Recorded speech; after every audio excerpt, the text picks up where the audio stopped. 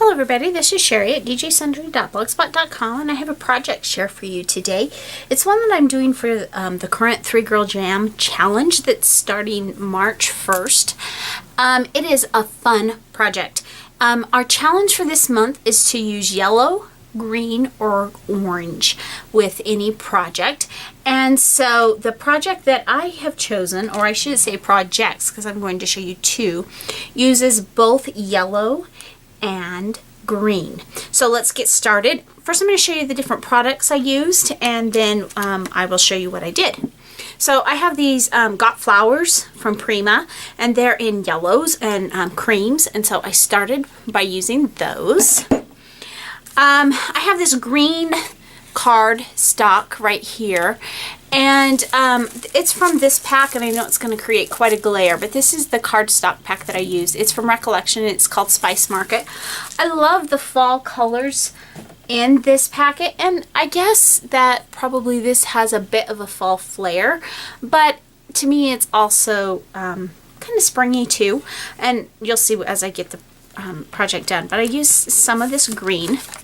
The stamp set that I used is actually from Sweet and Sassy Stamps. I showed this stamp set in a haul a while back. It's called, oh,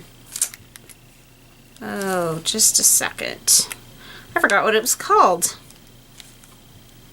And I'm not seeing it on here. Oh, it's called The Future.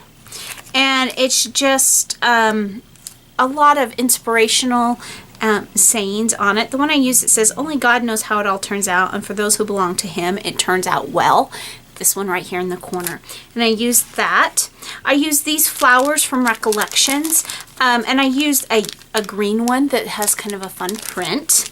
And I used this old lemon flower matte stack that I have, and I used both yellow and green pattern papers from this matte stack.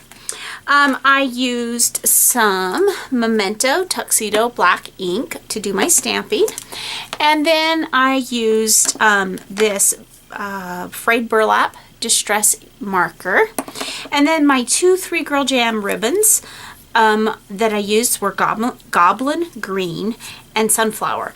And I just really like the way that this project turned out. This actually is for my grandma.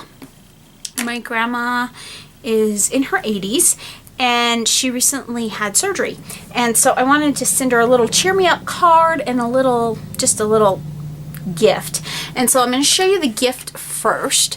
I made another little notebook, and I've made a lot of notebooks before, so I did not want to go into all the details of showing these. There are lots of them on my blog, but this one is actually it's one of those little tiny ones that you can just kind of fit in your purse. And all I did is I put the solid color on the inside, back and front flaps, and then on the outside I used some of that yellow paper from that from the matte stack, and then the green I used on the sides. I used this green flower to coordinate with the yellow paper, and then I used both the Goblin Green and the Sunflower colored ribbon on here from 3 Girl Jam, just because I thought it tied it all together. So then when I did the card, let me set that aside. When I did the card, I alternated everything. So I did a new technique on the front of the card. It didn't quite turn out exactly the way that I would have liked. I did a technique where I used my Cricut to emboss.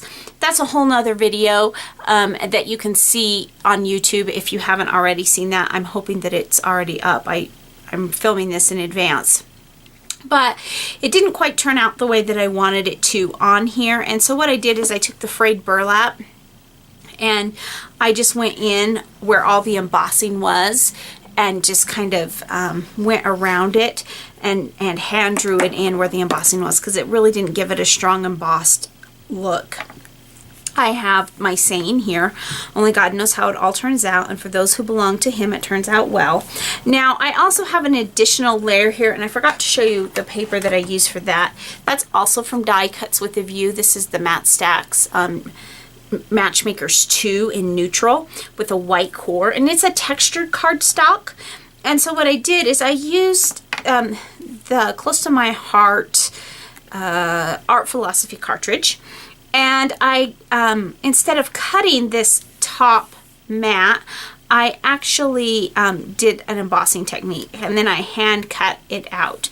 And then I went, I believe that was at 3 inches. So then I went up to, I believe it was 3¼ inches, and did the mat, and I just did a mat cutout on that to put underneath.